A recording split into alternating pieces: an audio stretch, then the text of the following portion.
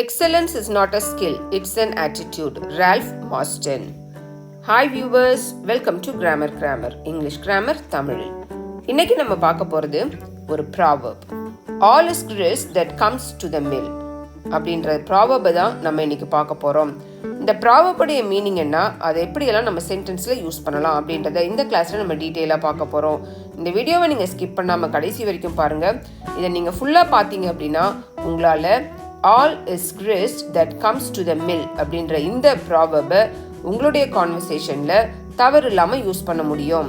இந்த ப்ராவர்பை நம்ம all is grist that goes to the mill அப்படின்னு சொல்லலாம்.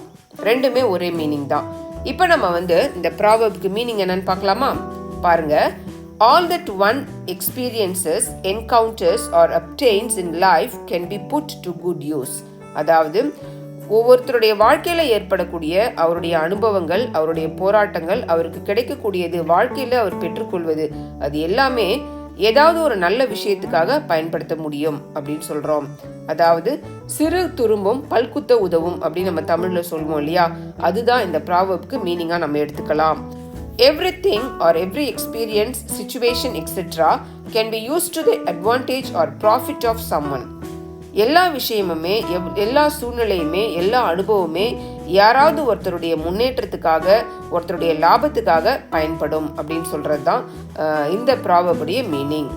All is grist for the mill அப்படின்றதுக்கு அர்த்தம் என்னன்னு பார்த்தோம்னா, everything can be made useful or be a source of profit.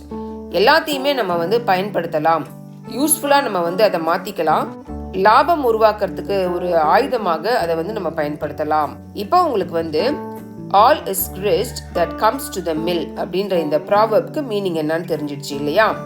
இதுல நம்ம grist அப்படின்றது யூஸ் பண்றோம்ல, இந்த grist அப்படின்னா என்னன்னாக்கா கார்ன்.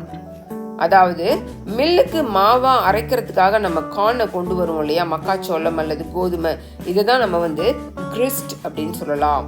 அதை மாவா அரைக்கும் பொழுது அதுல சில துகள்கள்லாம் வேஸ்ட் ஆகும். அது எல்லாமே நம்ம சேர்த்து வைப்போம். ஏன்னா அந்த துகள்களையும் நம்ம பயனுள்ள வகையில யூஸ் பண்ணிக்க முடியும் அப்படின்றத இதை குறிக்கிறதுனால தான் அந்த பொருள் வந்துச்சு. இப்போ நம்ம இந்த ப்ராவர்பை யூஸ் பண்ணலாமா சென்டென்ஸ்ல? பாருங்க.